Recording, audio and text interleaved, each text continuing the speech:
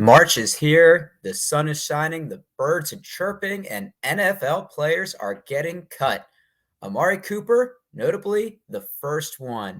What's up, everyone? It's Eric, aka Doc, coming at you from the Triple Play YouTube channel. And the first domino has fell as Amari Cooper is set to be a free agent as Dallas is going to cut the talented wide receiver, and he could have a new home. Will have a new home, most likely. So I'm going to run down 7 teams of where I think that he could go and the reasons why it might work.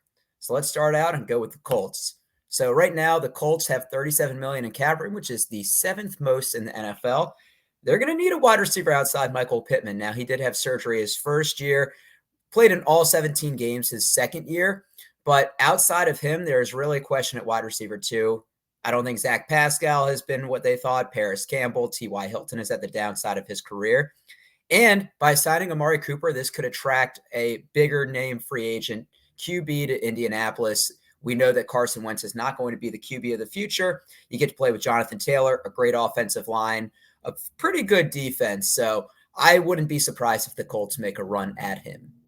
The next team, the Cleveland Browns, and they've shown some interest already. Now I got this via Dog Pound Daily, so could be a biased source, but haven't seen too many teams at least shown any remote sign of interest. And they're going to need some wide receivers. Odell Beckham Jr. is going to be gone for the entire season. Jarvis Landry is potentially gone. If you've been following his Twitter, you've known that he has put out that he'd like to return to Cleveland, but they haven't really extended an offer to him. And this is going to help determine Baker's value. Right now, the wide receiver one, if Jarvis Landry lives, is Donovan Peoples-Jones. So before determining your expectation for Baker in the long term, whether you franchise tag, you give him an extension, or you let him walk, I think you have to give him one more shot with wide receivers to throw to. The next, I think this is just kind of a fun one. This is the Arizona Cardinals. Now, the contingency on this is that they commit to Kyler Murray, they give him the extension he's looking for, and they build an offense around him, and they kind of let their defense take a back step. Now, they're going to need an accomplished wide receiver, and D-Hop is still probably a top 10 wide receiver in the game, but he's 30 years old, just coming off a torn MCL, missing the most amount of time that he's ever missed in a season before. And at wide receiver too, I mean, who are you really banking on? Rondale Moore, Christian Kirk, AJ Green. I think that gives them probably the top 1-2 tandem if they can sign him to go along with D-Hop. You're putting good weapons around Kyler Murray. Maybe you can draft a running back or get one in cheap in free agency like you did with James Conner. Now, they are going to have to get creative with the cap. They're in the middle tier. They have about $2,000 to spare, so they're going to have to restructure contracts, or they're going to have to get rid of some guys. Next team we're going to go to, staying in the NFC, and that is the Chicago Bears. And they're going to need a wide receiver one if Allen Robinson leaves, which the tea leaves say that he is gone. And this is going to help Justin Fields' growth. And what really helps a QB that's young? A wide receiver where they can just throw the ball up to. Now, Justin Fields didn't utilize Allen Robinson for that last year, but I think if they sign Amari Cooper, that's going to be their MO with him. They have $26 million in cap space, which is 13th in the NFL. But once again, they're really needing help on offense. Now, keep in mind they had 3 quarterbacks starting last year between Andy Dalton, Nick Foles, and Justin Fields, but they averaged less than 19 points per game, which was 27th in the NFL. So if you're building around a young quarterback, you got to give him some wide out. This is a fun one too. And I think every time a wide receiver gets cut, we assume that they might go to Kansas City. But I think there's actually a little bit more speculation with this. Byron Pringle and Demarcus Robinson are set to be free agents at this point in their career. I wouldn't be surprised if they left Kansas City to look for a bigger contract. So that leaves little depth behind Tyreek Hill and Mecole Hardman. Obviously, Travis Kelce, top pass-catching tight end in the game, but he's at the tight end position.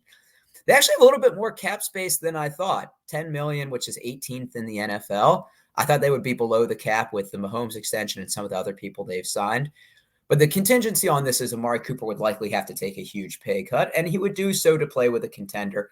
Now, this might not translate to the fantasy numbers that we're looking for, but he'd probably get a lot more single coverage than he's had the last couple of years, especially once Michael Gallup went down with a torn ACL. The next team I actually think could be the most likely, and that is the Miami Dolphins, who have the most cap space at $63 million. Now, as of right now, Tua is their quarterback. It seems like he is going forward. They haven't made a trade for Deshaun Watson for as much as they've been in the news, or Aaron Rodgers or Russell Wilson they haven't been tied to. So I figure they're going to roll with Tua for one more year. So Devontae Parker can't stay healthy. And he's a talented wide receiver, but the best ability is durability, availability, which he has not provided. So they need that wide receiver to match up against Jalen Waddle, who looks like a stud to be coming in future years.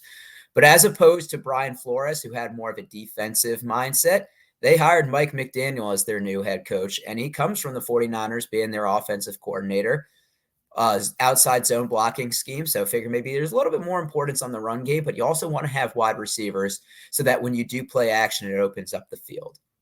Now, the last team, once again, this is just kind of a fun one. It's the Washington Commanders. So they actually targeted him in 2020, and they offered him more money than Dallas did.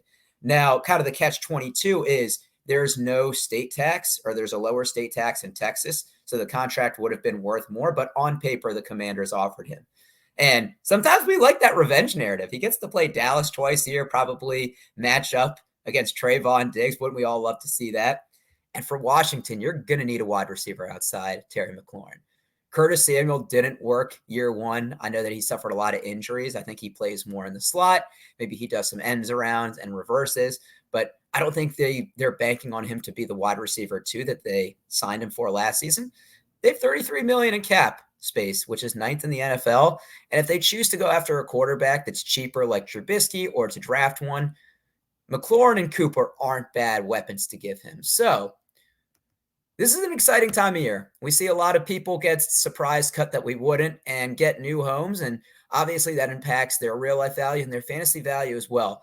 These are 7 teams I think it would make sense for Amari Cooper to sign for. Now, obviously I'm not plugged in with any team, so I don't know who's had these conversations with him, but I'd feel good about him landing with one of these teams. But let me know your thoughts in the comments. Do you think Amari Cooper is going to command a big contract? What teams do you think could use his services the most? Everybody that watches Triple Play, thanks for tuning in. We'll catch you guys on the next one.